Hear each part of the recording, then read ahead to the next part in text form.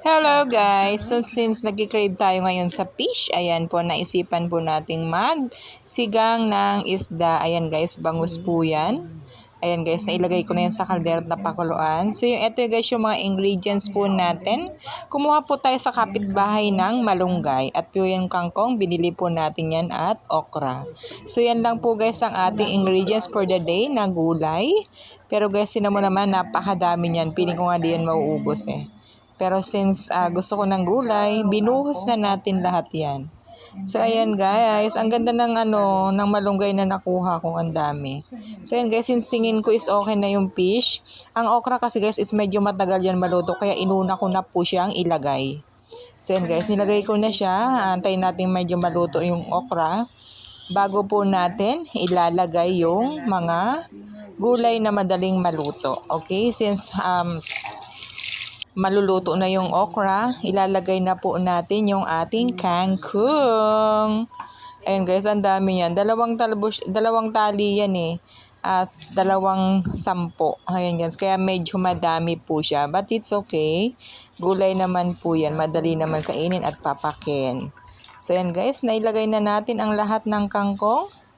Ngayon guys, isusunod naman po natin ang ating pangmalakasang gulay, which is ang ating malunggay. Ayan guys, di ko pa nalalagay yung malunggay pero punong-puno na po yung ating kaldero. So ayan guys, pinaluto ko lang muna ng konti. Saka natin ilalagay yung ating malunggay. So ayan guys, ang dami rin yan.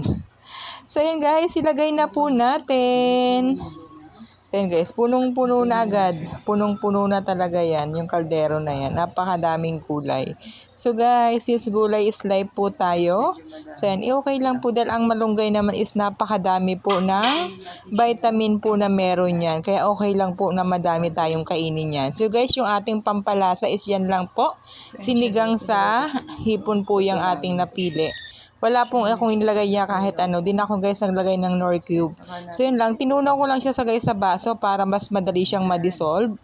Yan lang po yung ginagawa ko. So yun na po yung pampalasa niyan guys. Wala na pong ibang mga pampalasa pa. Ayan. Medyo ang asim. So guys, nakakatakam. Ang sarap kasi guys ng sinigang na bangus with maraming gulay. So guys, gusto niyo pong i-try dyan?